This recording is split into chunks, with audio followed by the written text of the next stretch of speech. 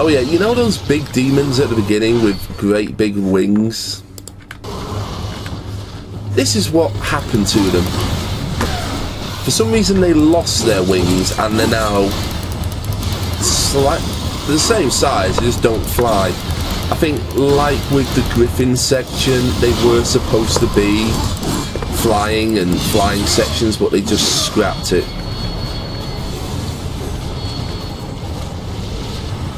Oh look, more people have come to play. Let's stone skin. And what's the execute for you? Oh, now he's under my control. Ah, okay, so he's got 2 stages.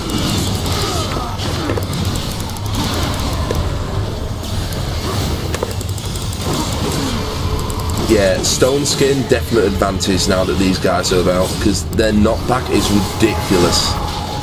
I also like how the AI starts having, like, the demons start backing up when you're in control of one of these big ones. Do you mind? There we go. Yeah, these razor, whatever they are hitting very hard. I don't think you can actually block that spin. Sit down. Right, let's restock the health. Oh, another big fella wants to come and play. You know what? I've got it all built up. Time to show them what I'm made of. Hello, meet my big fella. Yeah, considering he's got 2 of those 2 execute levels, yeah, I'm not mucking about.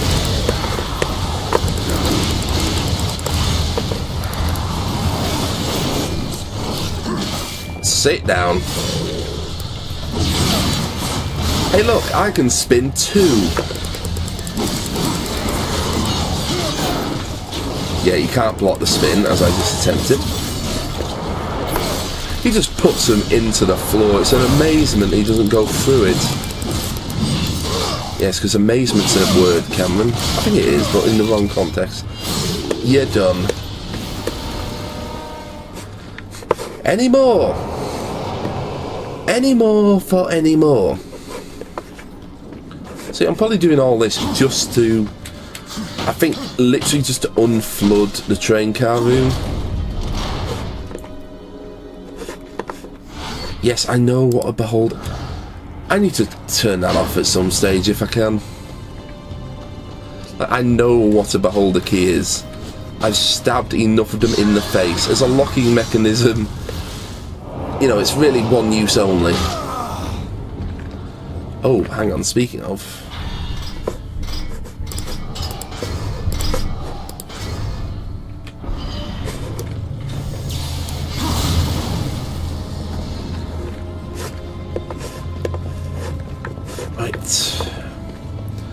Chaos Eater's damage is being boosted, but it's already at level 2.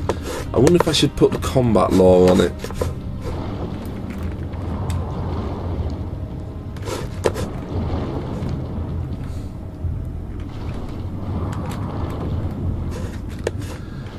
Mainly just get it up there higher.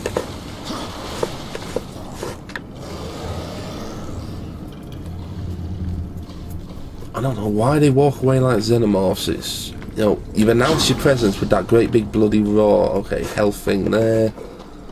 Nothing there. There's an artifact up there. I saw that glow. That's where I came up.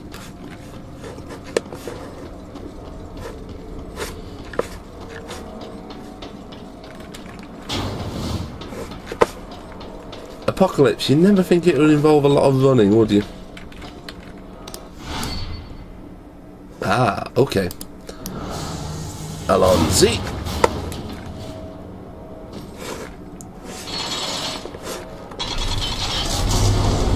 I see what's happening here.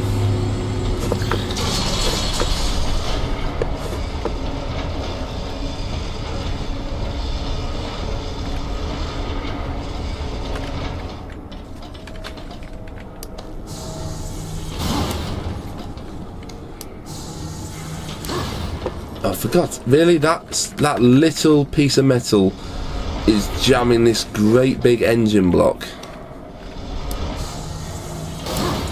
There we go.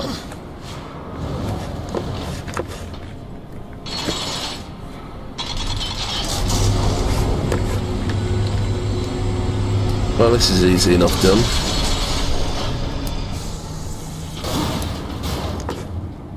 Bollocks.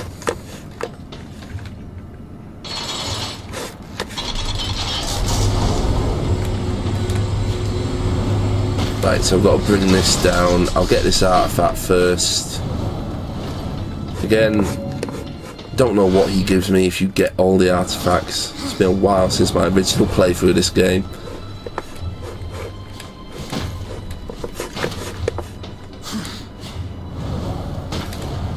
Don't tell me that doesn't go all the way down.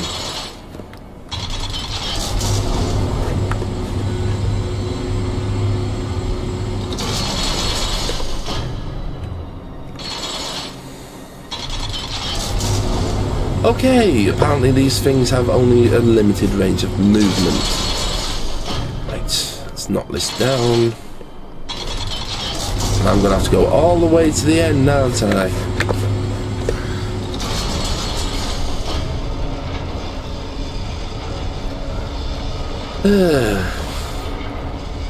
You know what? For a supernatural executioner of an entity called the Charred Council, Ward certainly ends up doing a lot of manual labour, doesn't he?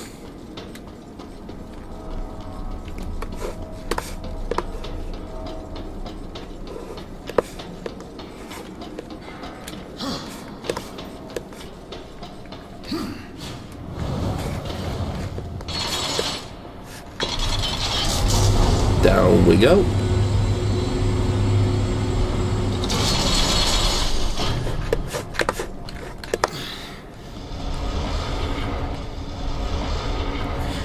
Come on.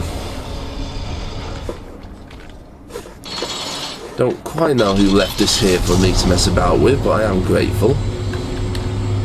But then again, knowing Ward's strength, he could probably literally drag this thing through all that water.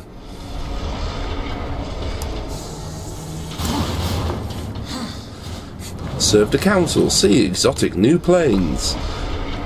Didn't mention anything about dragging engines around. Right. That's not quite low enough, but that brings it up. Okay, so there's got to be another mode on that. Here we go, this should do it.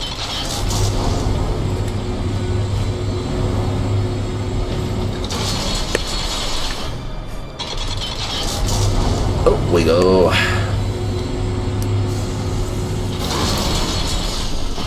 There we go.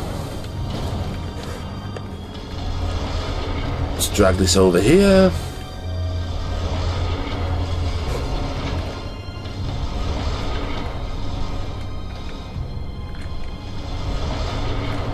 See, I'm legitimately thinking, was this an 18 or was it a 15? There's some really, well, not super offensive language, but there's some very offensive language, mainly on behalf of the Watcher. And poof. I suppose that's one way to clear ice off your driveway. Just use some massive supernatural weapon. And is there something over there? Don't think there is. If there is, we'll come back to it at the end. Oh shit!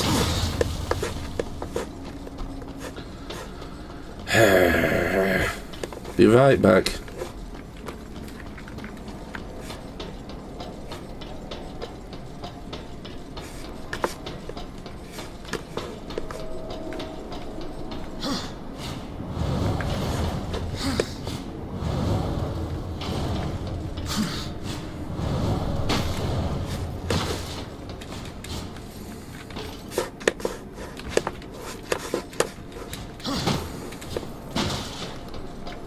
And we're back. Sorry about that. This dungeon is probably taking me longer than normal because I keep falling like a numpty. Oh, hello.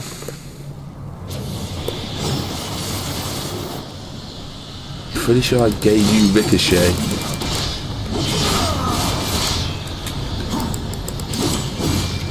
I keep getting the action option on that, I'm not taking it.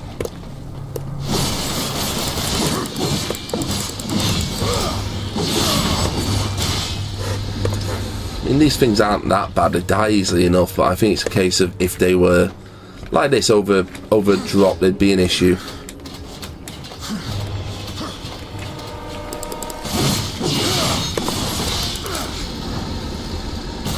Ooh. Oh, hello. Griever's back. Well, you're over there. You went a different direction.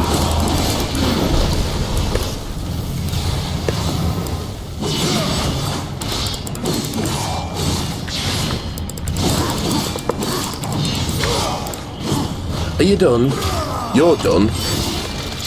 Your friend? Also done. God's sake. She does not give up, does she? Hello. Looks like she played you again. If at first you don't succeed... And now the spitting fire. Yes.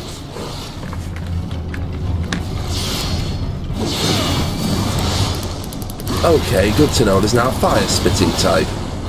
No introduction, just surprise fireballs. However, they don't seem to have any form of tracking, so that's good.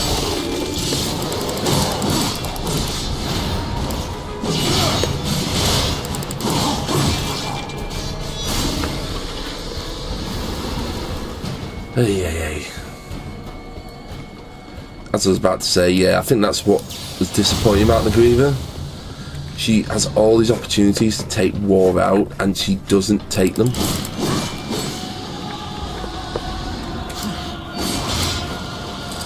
Hello.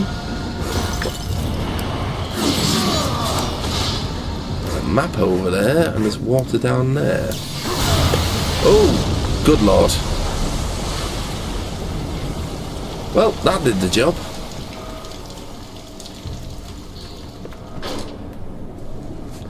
And who knew? After a century underwater, electronics work just fine.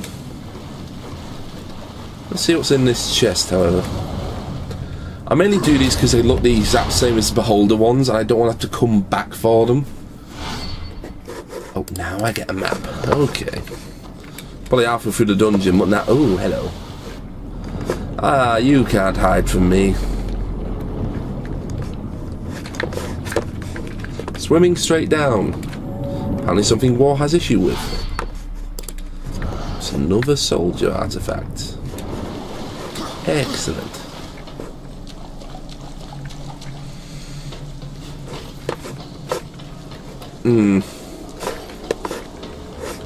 Let's do it the old-fashioned way. Yeah, thought so. Gauntlet wasn't strong enough. Okay, I've got to get up there somehow. Okie dokie.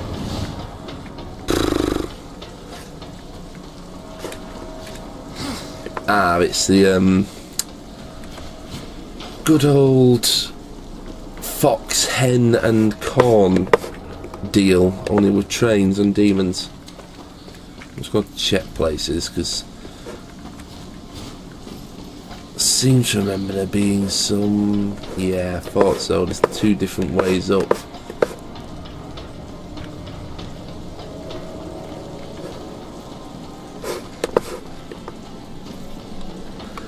Two different ways up with two separate demonic growths, so I'm assuming I have to get you off here.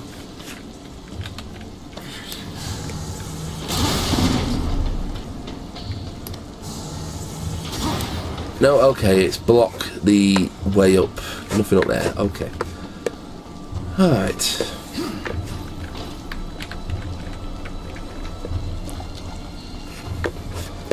You'd think if the Tremor Gauntlet can deal with this some sort of magical permafrost, it can deal with rocks, but turns out, no.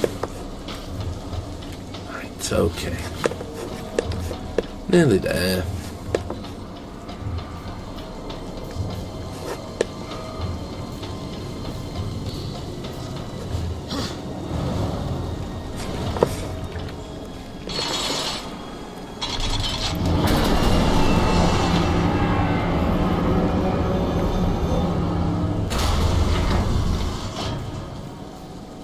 Yes, yes. Don't have to hold my hand game, I know what I'm doing.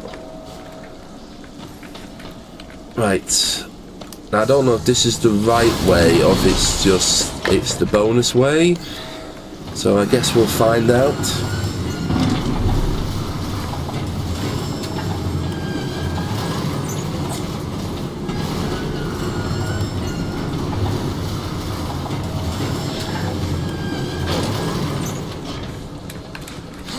You know what I think the developers missed a trick with here? Putting like a demonic train in the subway. Like we're obviously in an American subway and we can see that the demons influence the environment.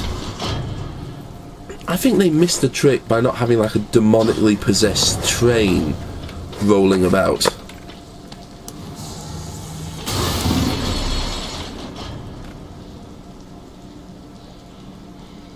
Okay, so this is the way I was supposed to go. In which case, in a minute, we will do that. Be right back.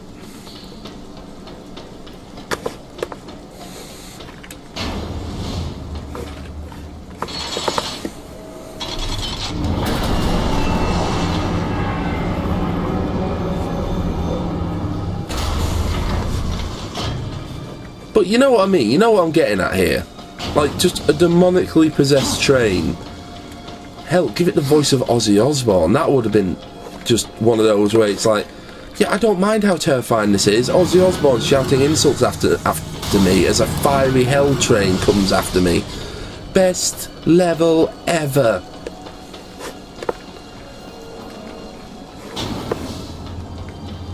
Then again, Darksiders 3, it looks like, just from a couple of the shots we've got, that Fury is going to be in those sorts of levels. Like, she's going into subway stations. She's definitely gone to Earth. No, she's went at the will of the council, so I don't know if she's having another sort of war moment where she's being sent to assassinate someone that the council wants gone.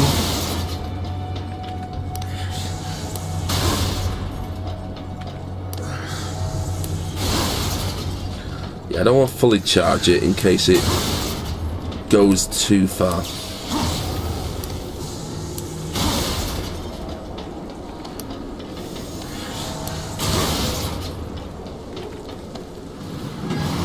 That's what I mean, it's like, you're not too sure. I mean, from the screenshots that are given, I think she might believe War's guilty. Or she's just obeying the will of the council. Like I said, I have read some of the stuff related to Darksiders, but not everything. So I think it's in the Abomination Vault novel that Fury's attitude towards the council is more obvious. But then again, I don't think they stick too much to the novels. I think War doesn't like the council, but because of his oath, he won't betray them. Death is a bit more pragmatic. He understands the need for the council, and he understands what the council represents, what they do, and why it's important. But he still doesn't trust them, because it's like, well, hang on, if they do this... Oh, that was a waste of my time. Fuck's sake. Anyway, yeah, Death understands what's going on.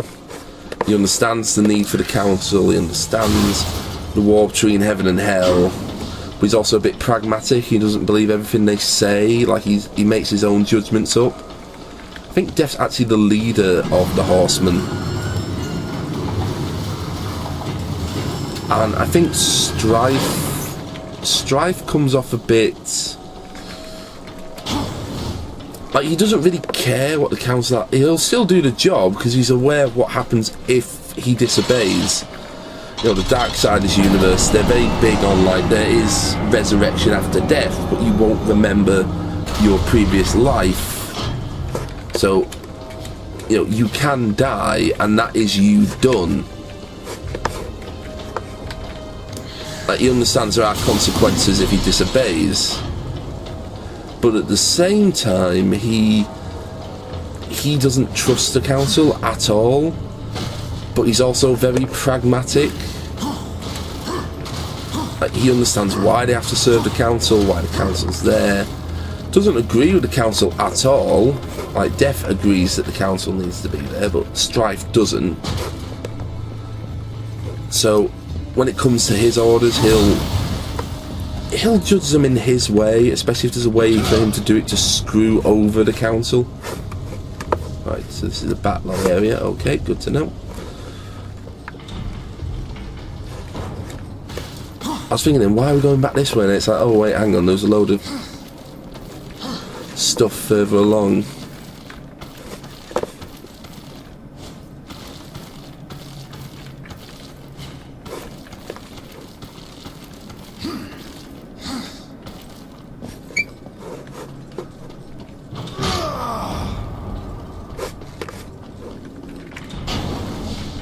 And Fury's position, like, it's not